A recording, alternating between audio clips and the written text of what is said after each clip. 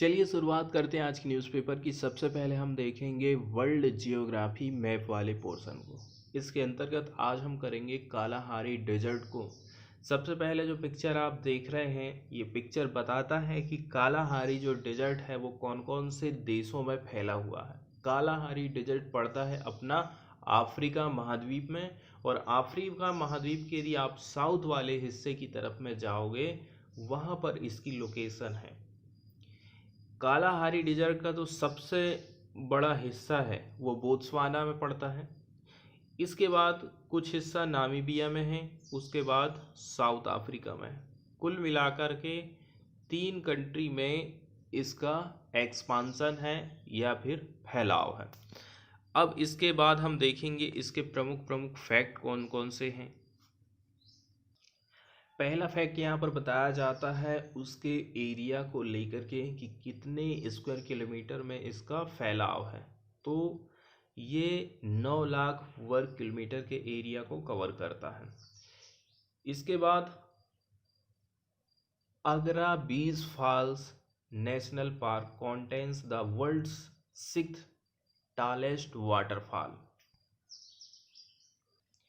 इसके अलावा बताया जाता है ये जो डेजर्ट है ये एक्सपीरियंस करता है वेरी लिटिल रेनफॉल का, मतलब कि यहाँ पर वर्षण बहुत कम होता है। With the driest areas experiencing 110 से लेकर के 200 मिलीमीटर रेन पर ईयर। इसके अलावा Brandberg mountain is the highest point in the park featuring at altitude of 8550 feet, मतलब कि 2610 मीटर। इसके अलावा यहाँ पर बताया जाता है कि ये जो कालाहारी है ना, ये सेकंड लार्जेस्ट डेजर्ट है on the continent of Africa. Africa का सेकंड सबसे बड़ा लार्जेस्ट जो डेजर्ट है वो कालाहारी है। Only trailing behind the Sahara. ठीक है, सहारा के बाद किसका नंबर लगता है? कालाहारी का। और 6th largest in the entire world. और यदि पूरे वर्ल्ड लेवल पर आप देखोगे तो 6वें नंबर का ये सबसे बड़ा डेजर्ट है। The north eastern part of the Kalahari is technically not desert. ठीक है, यदि आप इसके नॉर्थ और ईस्ट वाले हिस्से की तरफ जाओगे, मतलब कि नॉर्थ और ईस्ट की तरफ आप जाओगे, ऊपर की तरफ जाओगे और पूरब की तरफ जाओगे वाले हिस्से की तरफ, तो बताया जा रहा है टेक्निकली ये जो एरिया है वो डिजर्ट नहीं है, क्योंकि ये रिसीव करता है double the amount of rain a typical desert should receive. जितना कि डिजर्ट को पानी मिलना चाहिए तब हम उसको डिजर्ट कहते हैं, उसका डबल ये वाला हिस्सा पानी रिसीव करता है हर साल। The construction of diamond mines in the Kalahari Desert have forced to local San people to either relocate or live under occupation of these mining companies.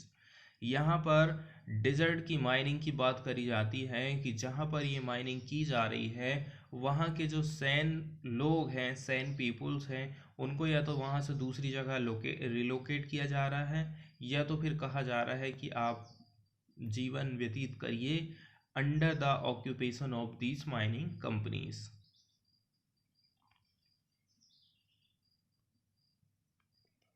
Map वाला हिस्सा यहाँ पर हमारा कवर हो गया। इसके बाद हम चलते हैं पीआईबी की वेबसाइट की तरफ और देख लेते हैं पीआईबी में कौन कौन सी इंपॉर्टेंट न्यूज़ आई है। तो पहली जो न्यूज़ आई है वो आई है मिलन एक्सरसाइज 2022। ठीक है, Milan 22 sea phase of Milan 22 commence 1 मार्च 2022। बताया जा रहा है sea phase of Milan exercise का कमेंस किया गया है 1 मार्च 2022 से। Sea phase of Milan 2022 commenced on 1 March 2022। A total of 26 इसमें शिप शामिल होंगे, 21 एयरक्राफ्ट शामिल रहेंगे। इसके अलावा 1 submarine are participating in the multilateral naval exercise being conducted in the Bay of Bengal.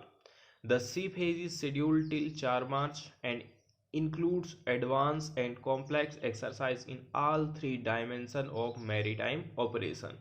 4 मार्च तक ये चलने वाला है। ठीक है, इसमें इंक्लूड किया गया है एडवांस और कॉम्प्लेक्स एक्सरसाइज को। इसके अलावा यहाँ पर बताया जा रहा है the sea phase of Milan aim to enhance interoperability and maritime cooperation. इसके साथ साथ में बेस्ट प्रैक्टिस को शेयर करना है एमंग द पार्टिसिपेटिंग नेवीज, जो भी नेवीज इसमें शामिल हो रही है उनके बीच में। इसके अलावा यहाँ पर बताया जाता है the schedule includes weapon firing. इसके अलावा seamanship evolution, advance anti submarine warfare exercise, cross deck helicopter landing. इसके अलावा simulation of complex operational scenarios and tactical manoeuvres. ये पिक्चर यहाँ पर दिखाया जा रहा है। तो ये तो था मिलन 2022 एक्सरसाइज। मिलन अभ्यास के बारे में यदि कुछ बेसिक पॉइंट यदि हम देखें, ठीक है, तो जो 2022 का सब्जेक्ट है वो है कैमराडरी, सामंजस्य और सहयोग है।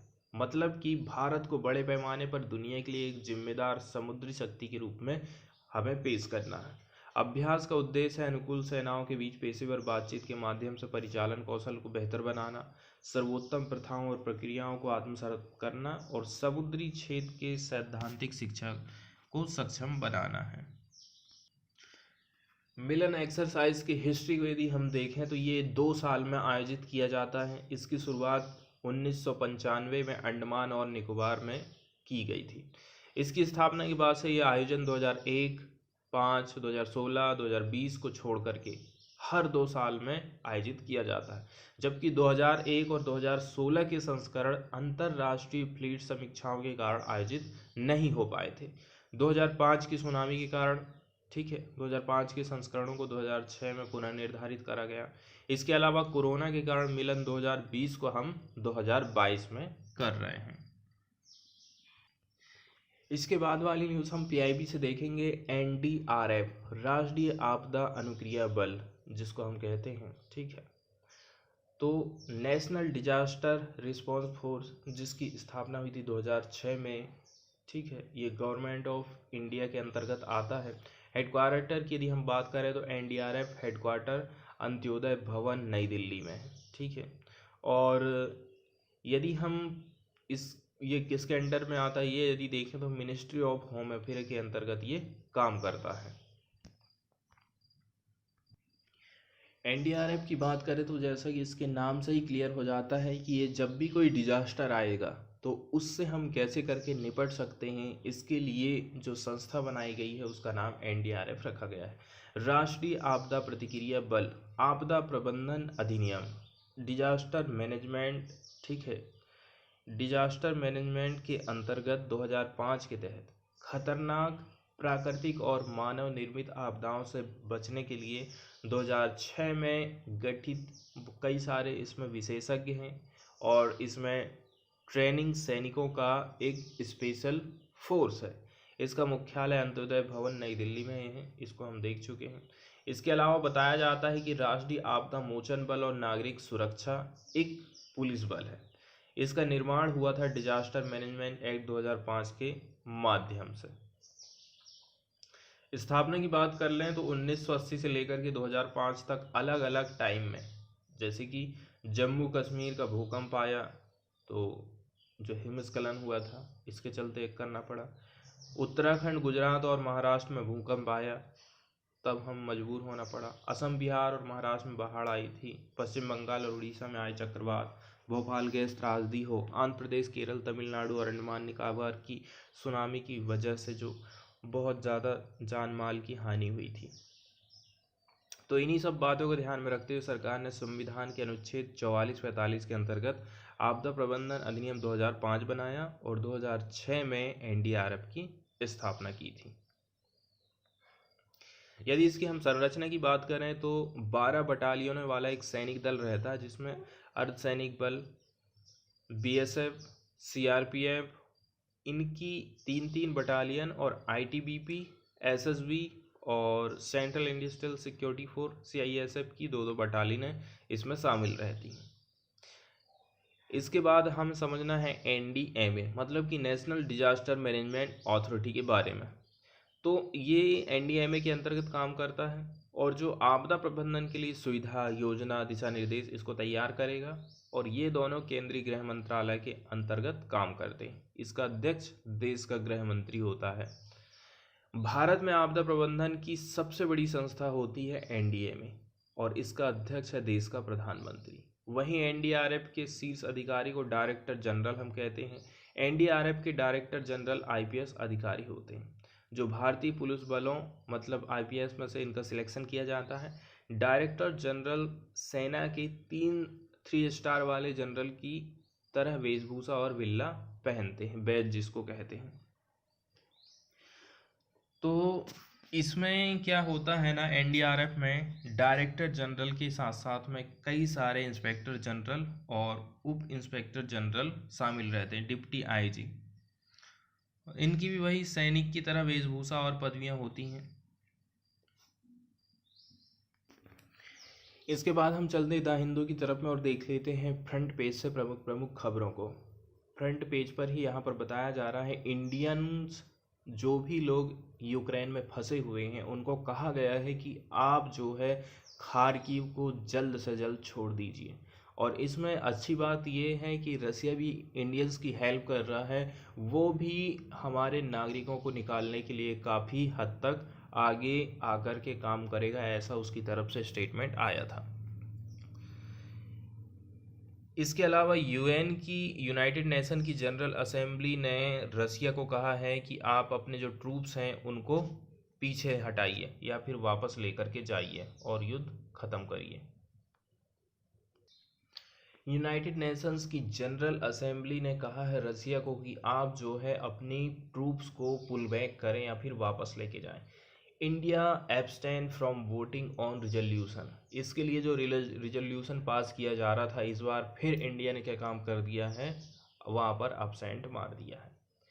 India once again absent as the United Nations General Assembly UNGA voted 141-5, 35 member abstains रहे थे to condemn Russia's invasion of Ukraine, calling upon Moscow to unconditionally withdraw its troop. कोई भी शर्त के बिना ही आप अपनी सेना को वापस ले लीजिए, यूनाइटेड नेशन कह सकेगा। Voting on the resolution occurred after representative of more than 120 countries, territory और association made remark over 2 days at a special emergency session of UNGA। UNGA का स्पेशल सेशन बुलाया गया था, उसमें 120 कंट्री शामिल थी। The session was convened after a similar resolution fail to pass the United Nation Security Council. UNSC में एक resolution pass किया गया था, वो फेल हो गया फ्राइडे के दिन when Russia exercised its veto, और रसिया ने वीटो का यूज़ कर लिया था। इसके बाद बताया जा रहा है जो रिजोल्यूशन है को sponsored by 96 countries condemn the 24 February special military operation को इन्वाजन बाय द रसिया, जो उसने अतिक्रमण किया था उसका कंडेम किया गया, आलोचना किया गया। It is no territory acquired through force will be recognize and calls for Russia to immediately completely and unconditionally withdraw.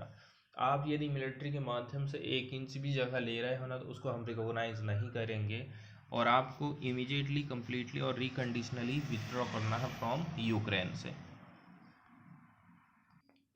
चूँकि न्यूज़ आई है जनरल असेंबली से लेकर के यूनाइटेड नेशन की जनरल असेंबली, जिसको शॉर्टकट में UNGA हम कहते हैं, is the main policy making organ of the organization. Policy निर्माण करने का सबसे मेन जो ऑर्गन है वो कौन है, UNGA। इसमें कंप्राइज है all member state. It provides a unique forum for multilateral discussion. बहुत सारे लोग मिलकर के किसी भी विषय पर चर्चा करते हैं। Of the full spectrum of international issue का कवर किया जाता है by the charter of United nation. Each of 193 member state of the United Nations has an equal weight. सबको एक एक वोट मिला है। इसके अलावा बताया जा रहा है UNGA आल्सो मेक्स की decision for UN including appointing the secretary general on the recommendation of security council. Security council के लिए सेक्रेटरी जनरल का अपॉइंटमेंट कैसे होगा, कौन करेगा? Electing the non permanent member of security council. Security council के non permanent member को भी इलेक्ट करने का ये काम करती है। इसके अलावा approving the United Nations budget. आगे बताया जाता है the assembly meet in regular session from सितंबर से लेकर के दिसंबर हर साल and thereafter as required, और जब कभी ज़रूरत पड़ी तो इसकी बैठक हो जाती। ठीक है। और डिस्कस जो होता है स्पेसिफिक इशू पर थ्रू डेडिकेटेड एजेंडा आइटम या फिर sub item which lead to adoption of resolution.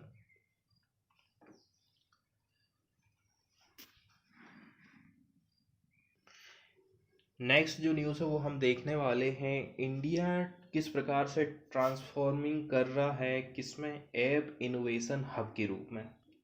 India is position to become the leading hub of global app innovation. Purnima Kochikar, vice president, play partnership at Google, ऐसा उनका कहना है। इनका ऐसा कहना है कि India is increasingly transforming into app first country. Today, India is uniquely positioned to become a leading hub for global app innovation with tremendous opportunity for Indian startups across the country, regardless of size and location, to thrive in the global app ecosystem. बताया जा रहा था App Scale Academy is a 6-month program that will entail 100 startups being trained by means of a customized curriculum. App scale academy आखिर क्या चीज़ है? ये 6 महीने का प्रोग्राम है जो कि जिसमें शामिल है 100 startup being trained by means of a customized curriculum. This will enable the startup to drive high quality app for global market including session on UX design, business model, monetization strategies, international expansion, best practice क्या क्या है, data safety कैसे रहेगी, security practice में क्या करना है आपको। Indian apps and games have been receiving extraordinary interest from user and investor. तो इंडिया के जो इस एप्स हैं बताया जा रहा है कि वो रिसीव कर रहे हैं एक्स्ट्रा ऑर्डिनरी इंटरेस्ट, कहाँ से? यूजर और इन्वेस्टर से। लास्ट ईयर यदि हम बात करें, इंडियन ऐप एंड गेम्स सा ए 200% increase in active monthly user on play, Google play. तो देखा जाए तो यहाँ गूगल प्ले की बात करी जा रही है 2019 और पिछले साल की यदि हम तुलना कर लें तो app and games by Indian companies are also finding global audience. तो हमारे जो गेम हैं न केवल इंडिया में चल रहे हैं, पूरे वर्ल्ड लेवल पर ये चल रहे हैं। एग्जाम्पल के तौर पर आप देख लो, Ludo King has become one of the most played games globally. सबसे ज़्यादा लूडो गेम्स खेला जाता है ग्लोबली। 2021 में क्या हुआ था? The time spend by user outside India on apps and games created by Indian companies grew 150%।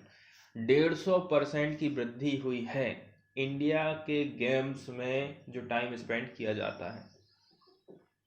Jeet Vijay CEO of mighty startup hub, इनका कहना है कि our cohort of 100 Indian startup are ensuring that a home grown resolution for many of our daily need today is just an app away. तो game यहीं तक केवल सीमित नहीं होना चाहिए। ठीक है, मतलब कि ऐप जो इनोवेशन की हम बात कर रहे हैं वो केवल गेम तक सीमित नहीं होना चाहिए, ये आगे बढ़ कर के रोजगार और एजुकेशन तक भी इसका बढ़ावा जरूरी है। नेक्स्ट जो न्यूज़ हम देखने वाले हैं वो देखेंगे हम केरल की सिल्वर लाइन प्रोजेक्ट के बारे में, क्या क्या इसके फीचर हैं, क्या क्या चैलेंजेस हैं इस रेलवे प्रोजेक्ट की। ठीक है, तो what is the silver line project? सबसे पहले तो हमें ये समझना है, the project entails building a semi high speed railway corridor. इसके अंतर्गत में हाई स्पीड रेलवे कॉरिडोर बनाया जाएगा। ठीक है, एक प्रकार से रेलवे की पटरी बिछाई जाएगी through the state, linking it's south वाला एंड और स्टेट की कैपिटल तिरुवनंतपुरम को। ठीक है, साउथ की तरफ चले जाओगे आप केरल के, तो साउथ को तिरुवनंतपुरम से जोड़ा जाएगा with its northern end of Kasaragod. ठीक है, इसका जो नॉर्दर्न एंड है कसारगोड, मतलब तिरुवनंतपुरम होते हुए कसारगोड तक ये लाइन जाने वाली है। इसके अलावा यहाँ पर बताया जाता है the line is propose to be 529.45 kilometre लंब। इसकी लंबाई रहेगी 529 किलोमीटर, कवर करेगी 11 जिलों को, 11 स्टेशन इसमें होने वाले। When the project is realized, one can travel from Kasaragod से लेकर के Thiruvananthapuram in less than 4 hours। 4 घंटे से भी कम का टाइम लगेगा कसरगोड से लेकर के तिरुवनंतपुरम को। ठीक है, और स्पीड यहाँ पर बताई जा रही 200 किलोमीटर प्रति घंटा। The current travel time on the existing Indian railway network वो है 12 घंटे। The deadline for the project being executed by the Kerala rail development corporation limited इस 2025 तक हम ये काम कर देंगे। KRDCL इस काम की जिम्मेदारी ले रहा है। ठीक है, KRDCL या फिर के rail is a joint venture between Kerala और सेंट्रल गवर्नमेंट, दोनों के बीच में ये जॉइंट है। अब इस प्रोजेक्ट की आखिर ज़रूरत क्या है, तो वही बात है कि टाइम ज़्यादा लग रहा है और जो पुराना रेलवे सिस्टम है, ठीक है, वो काफ़ी टाइम को कंज्यूम करता है, और यही सब बातें हैं जिसके चलते चलते इसको लाया गया है। हमें जो है जल्दी जल्दी यात्रा करना है, फास्टर मूवमेंट करना है, इसके लिए ये बढ़िया है। This will turn reduce the time. ठीक, इसके अलावा जो भीड़ भाड़ है उसको हम कैसे कम कर पाएंगे और एक्सीडेंट भी इससे रिड्यूस हो पाएगा, ये सब आर्ग्यूमेंट इसके लिए दिए जाते हैं। तो ये तो था सिल्वर लाइन प्रोजेक्ट।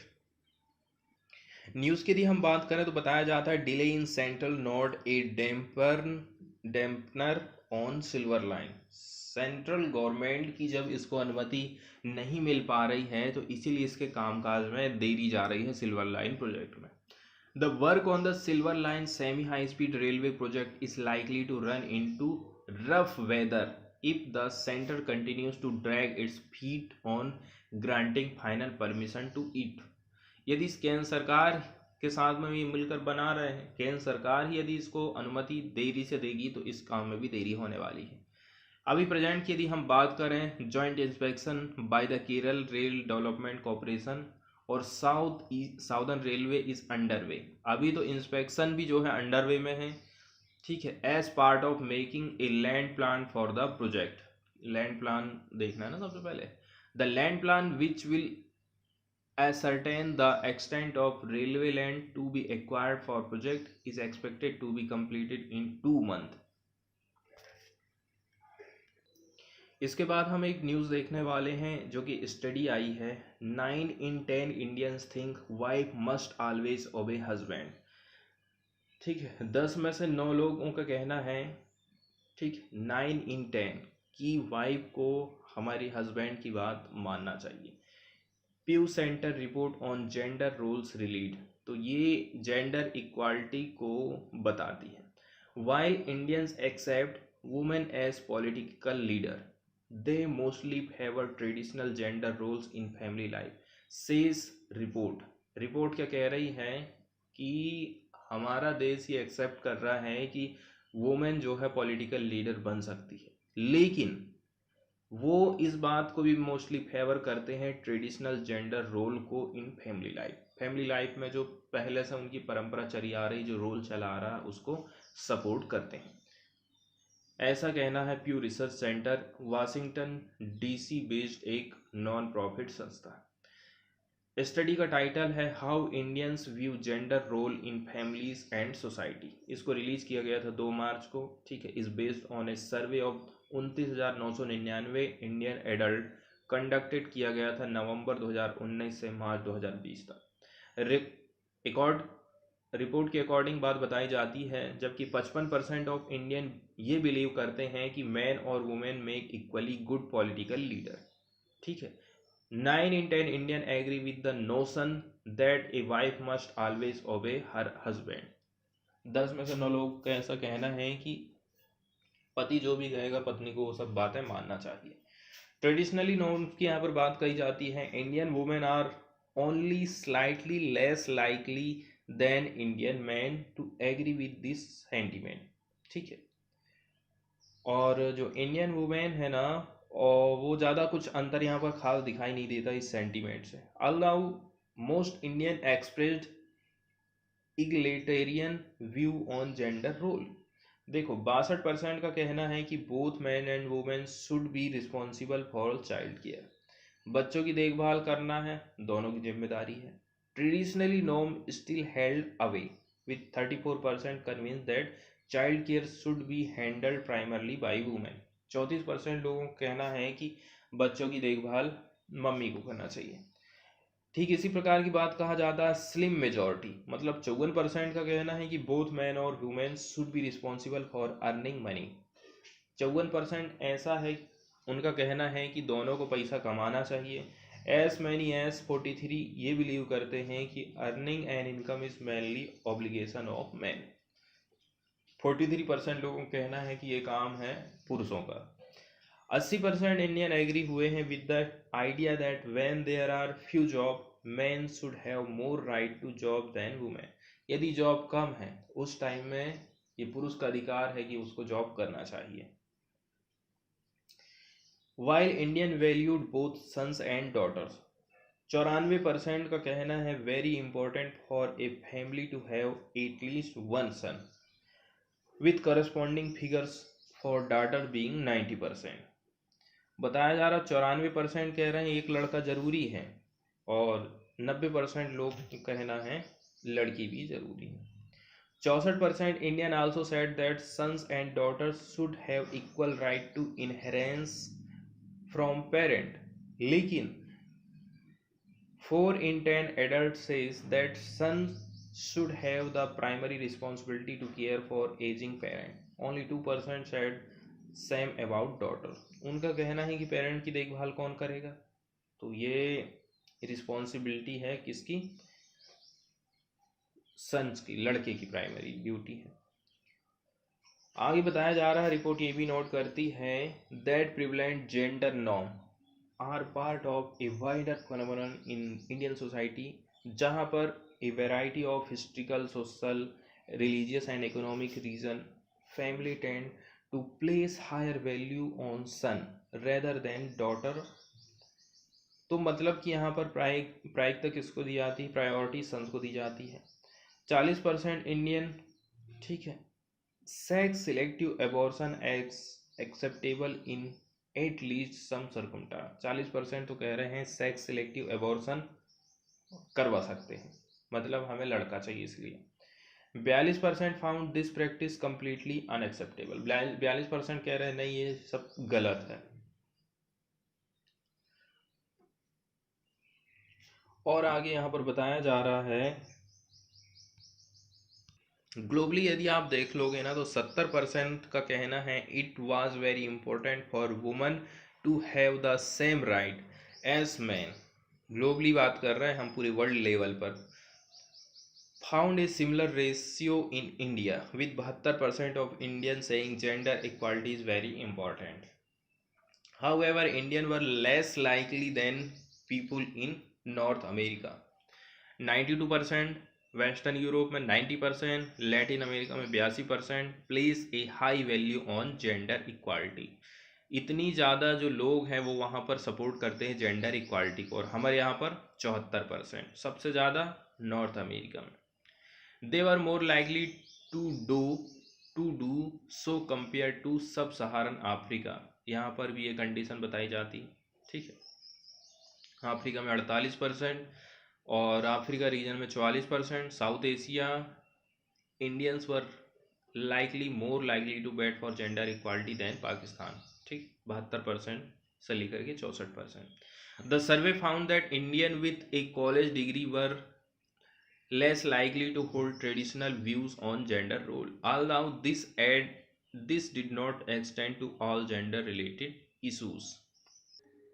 एक्सप्लेन वाले पेज से हम आईपीसीसी के बारे में देखेंगे तो सबसे पहले बेसिक जानकारी हो जाए आईपीसीसी के बारे में। Intergovernmental panel on climate change बताया जा रहा है it is the international body for assessing the science related to climate change. मतलब कि इंटरनेशनल एक ऐसी संस्था है जो कि एसेस करती है science related to climate change. Climate change से रिलेटेड जो साइंस है उसको एसेस करने का काम कौन करती है? इंटरनेशनल बॉडी ये करती है। इसको सेटअप किया गया था 1988 में वर्ल्ड मीटियोरोलॉजिकल ऑर्गेनाइजेशन WMO के द्वारा और UNEP United Nations Environment Programme के माध्यम से to provide policy makers with regular assessment of scientific basic of climate change.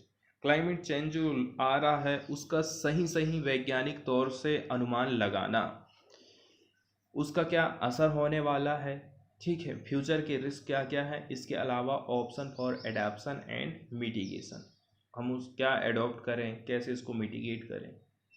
IPCC assessment provide a scientific basis for government at all level to develop climate related policy and they underline negotiation at UN climate conference, United Nations Framework Convention on Climate Change।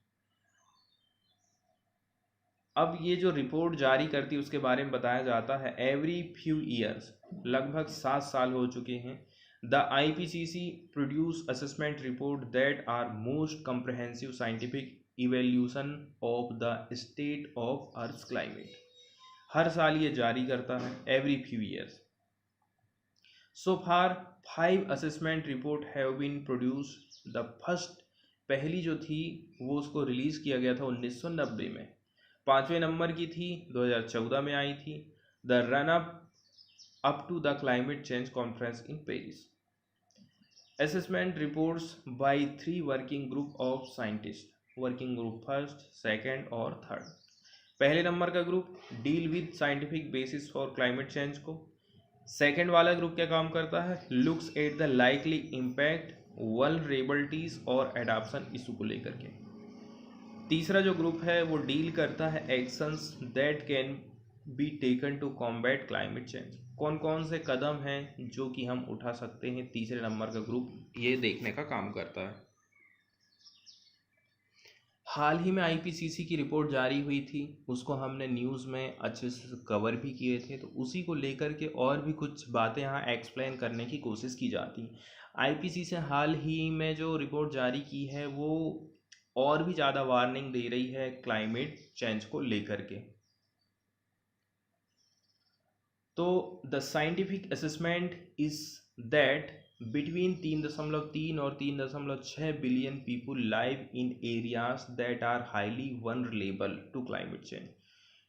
3.3 से 3.6 billion लोग ऐसी जगह पर रह रहे हैं जो कि क्लाइमेट चेंज में एकदम सबसे ज़्यादा वनरेबल माना जाता है, मतलब कि एकदम खतरनाक कंडीशन है, क्लाइमेट चेंज से ये लोग प्रभावित हो सकते हैं।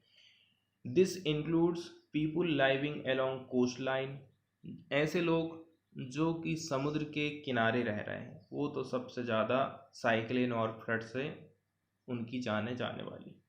करेंटली यदि हम बात कर लें 3% और 14% of the entire world's population face a very high risk of extinction, क्योंकि even at 1.5 degree centigrade with devastating losses at higher temperature, higher temperature के कारण लॉस जो हो रहा है वो 3 से 14% लोग फेस कर रहे हैं वर्ल्ड लेवल पे, जबकि अभी टेम्परेचर खाली 1.5 डिग्री सेंटीग्रेड बढ़ेगा। Climate resilient development is the answer, तो इसका उत्तर आखिर है क्या? क्लाइमेट रेजिलेंट डेवलपमेंट, ऐसा विकास करना है कि क्लाइमेट को वो रेजिलेंट कर सके, सह सके, सोख सके, और it would to reduce greenhouse gas emission and will raise sufficient climate finance. तो 27 फरवरी की बात है, IPCC ने इशू किया था major report that reviewed the scientific evidence on natural, ecological, social and economic spheres, conclude करता है that climate change has already produced irreversible loss, इसके अलावा damage to land, coastal and marine ecosystem सब damage होने वाला है। इसमें बताया जाता है, ये एक नई रिपोर्ट है जो कि ये अनुमान लगाती है प्रोस्पेक्ट फॉर द प्लैनेट। देखो, यदि जो ग्लोबल सरफेस का टेम्परेचर है एवरेज वाला वो 1.5 डिग्री सेंटीग्रेड बढ़ गया, कब से? प्री इंडस्ट्रियल एरा से। तो वार्निंग दी है severe consequences to food supply. ठीक है, टेम्परेचर बढ़ जाएगा तो जो खाद्य का जो उत्पादन है ना वो प्रभावित होने वाला है, तो फूड सप्लाई प्रभावित होगी, हमारा जो ह्यूमन का हेल्थ है वो प्रभावित होगा। इसके अलावा बताया जा रहा है biodiversity loss, integrity of the natural environment if carbon emission from human activity are not sharply reduced. इसके अलावा government lack the political will to review their policies. इसके फीचर्स बताए जाते हैं यहाँ पर। What are the key feature of the report? तो using the time frame of near term, mid term और long term effect of climate change caused by the average temperature exceeding 8 degree centigrade. तो working group जो second number का है उसने propose किया है urgent action की। ठीक है, तो ये सब चीज़ें वर्ल्ड के लीडर को करना चाहिए। वर्किंग ग्रुप सेकंड जिसने टाइटल दिया है impact adaption and vulnerability is among 3 specialist publication that contribute to overall assessment report 6 of the IPCC due in सितंबर 2022 और एक रिपोर्ट पिछले साल पर रिलीज हुई थी।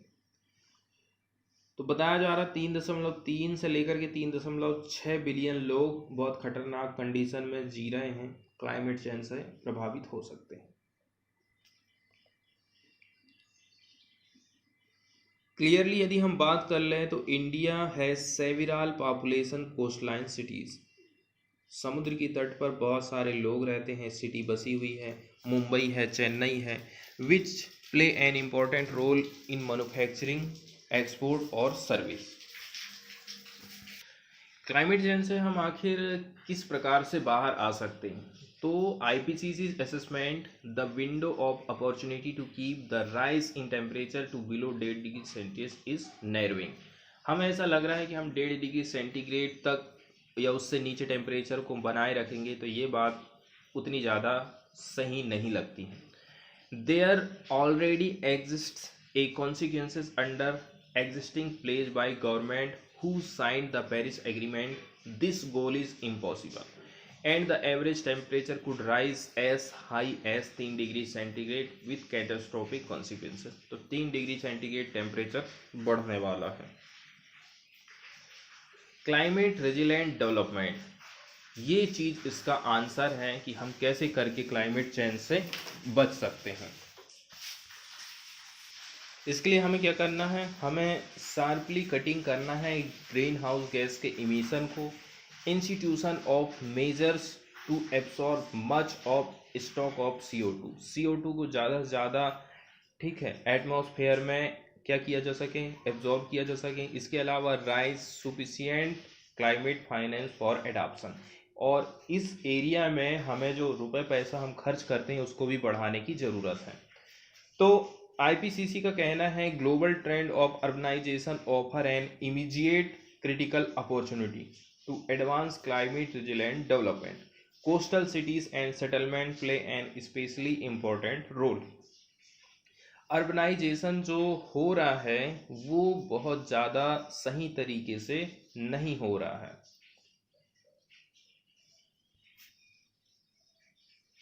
जैसे कि यहाँ पर बताया जाता है रॉन्ग पॉलिसीज इन एरियाज जैसे कि हाउसिंग।